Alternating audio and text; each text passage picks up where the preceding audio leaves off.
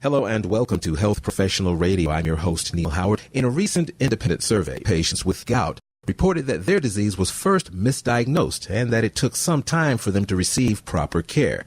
Our guest in studio is returning to talk with us, Dr. N. Lawrence Edwards. He's going to talk with us a brand new initiative by the Gout and Uric Acid Education Society. Welcome. Thanks, Neal. It's good to be back with you. Give us just a little bit of background about yourself. I'm a rheumatologist, practice at the University of Florida, gout research and gout care for the past 40 years. We established the Gout and Uric Acid Education Society about 11 years ago with the intention of trying to dispel some of the myths about that were widely held both by patients and by physicians. And it was started by a group of internationally recognized gout experts, and it's been quite successful so far. What is gout? Well, gout's a form of inflammatory arthritis. It's caused by the accumulation of uric acid crystals around the joints and around soft tissues of the body.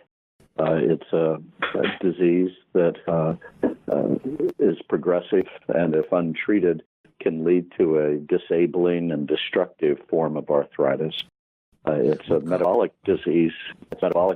And it's and although the wide perception is that it has something to do with dietary indiscretions and overeating and overdrinking, it is really a genetic disease. It's inherited, and we actually began to form uric acid crystals fairly early in our life, especially for males. Females get a little break in that the estrogens that they have, at least through most of their early adult life, cause the uric acid to be excreted more completely by the kidneys, and so they tend not to get gout until after menopause. So how early are we talking in men? We believe that men attain their adult uric acid level that's genetically determined shortly after puberty, so in their teenage years. And it takes the next several decades of slowly accumulating uric acid every day that their uric acid isn't lowered. Usually men in their 40s or 50s will have their very first symptoms of gout, sometimes earlier, and I've seen it occur in people as young as 3 or 4 years old, but those are very strange genetic diseases. Most men get in their 40s and 50s, and most women get it in their 60s and 70s. Are we more genetically predisposed for gout, more so than any of the other arthritic conditions? We know about the genetic underlying gout.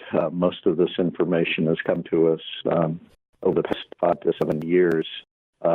We also know quite a bit about the genetics of other inflammatory arthritis like rheumatoid arthritis, a bit less about psoriatic arthritis, but we pretty much have the whole process right now mapped out as far as what gets affected by these aberrant gene mutations, and most has to do with the way the kidney can recognize and process higher uric acid levels in the blood and then selectively eliminate them. So what's the most common form of treatment for gout? Well, the most common appropriate form of gout therapy is to lower the uric acid level with one of the standard uric acid lowering therapies.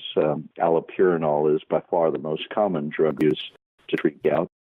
It's been available since the mid-1960s, and we know a lot about the drug as a fairly safe medication and effective if it's used in appropriate doses. There's other forms of uric acid lowering therapy too. One fairly similar in its mechanism is allopurinol called febuxostat. It's a fairly new drug. And then there's several medications that enhance the kidney's ability to excrete more and more uric acid. We call those uric drugs. And the newest drug on the gout horizon is a medication called Asinurad, and it's just been released in the past couple of years. You know, at the onset of our discussion, you mentioned some of the myths surrounding gout, and those myths persist in the medical community as well as among patients. What is this Gout Specialists Network, and how is it going to benefit those of us who suffer from gout? We've had our website for the Gout Education Society ongoing for the past 11 years, and part of this web educational site that was initially designed for patients, we've now branched out and have a separate part of it for health professionals as well. But one of the most common questions that we receive at the website is, can you identify a person in my geographic location who knows about gout and would treat me better than my current care provider who seems to not about the gout or hasn't done anything over the past years of improving my condition with the gout? That's hard. There are any number of gout experts around the country, but they're fairly widely spaced. There's a lot of rheumatologists who probably know more about gout and its treatment than most primary care physicians. That's been shown in any number of studies. But what we wanted to do was identify physicians out there that were interested in gout, that recognize that there are existing guidelines from the American College of Rheumatology that describe the appropriate and optimal care of patients with gout. And if they're treating their patients like that, then we'd like to put them on the website. And so we've initiated this, the Gout Specialists Network, as a mechanism for identifying across the country physicians that have some expertise and in the management of gout and recognize the American College of Rheumatology guidelines as the standard of by which patients should be treated. Now, once a healthcare professional is interested in becoming part of this network, is the vetting process such that there's no room for any further education within the network? Do you have to have such a high level of skill and expertise in order to join the network, or is there any room for development? No, there certainly is room for development, and guidelines are just that. They're recommendations. So any individual patient, because of other comorbid conditions like high blood pressure, kidney disease, or heart disease, or strokes, we might vary the approach, and there certainly is leeway in that.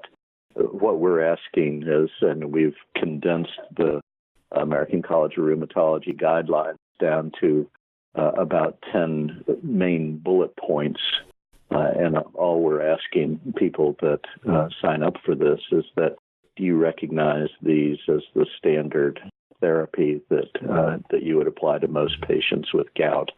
And if they answer in the affirmative, then we'll have them listed. We'll get feedback from patients because that's the nature of our website.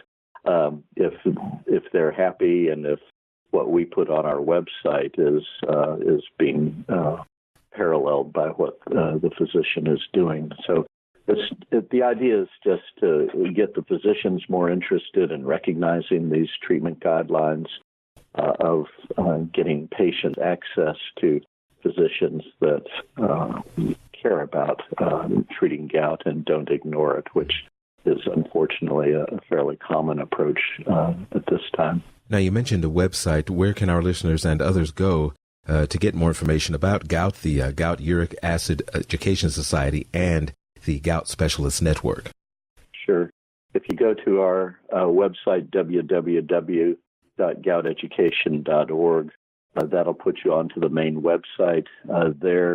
There's a link to the Gout Specialist Network, but you also have the choice then of either entering the patient education component of the website or the healthcare provider component of the website. And we keep both of these updated with new publications and new findings and new thoughts about the treatment and diagnosis of gout. Dr. Edwards, thank you so much for returning. It's always a pleasure. Thank you, Neal. It was a pleasure being with you again. You've been listening to Health Professional Radio. I'm your host, Neal Howard. Transcripts and audio of the program are available at healthprofessionalradio.com.au and also at hpr.fm. Be sure and subscribe to our podcast on iTunes, listen in and download at SoundCloud, and visit our affiliates page at hpr.fm and healthprofessionalradio.com.au.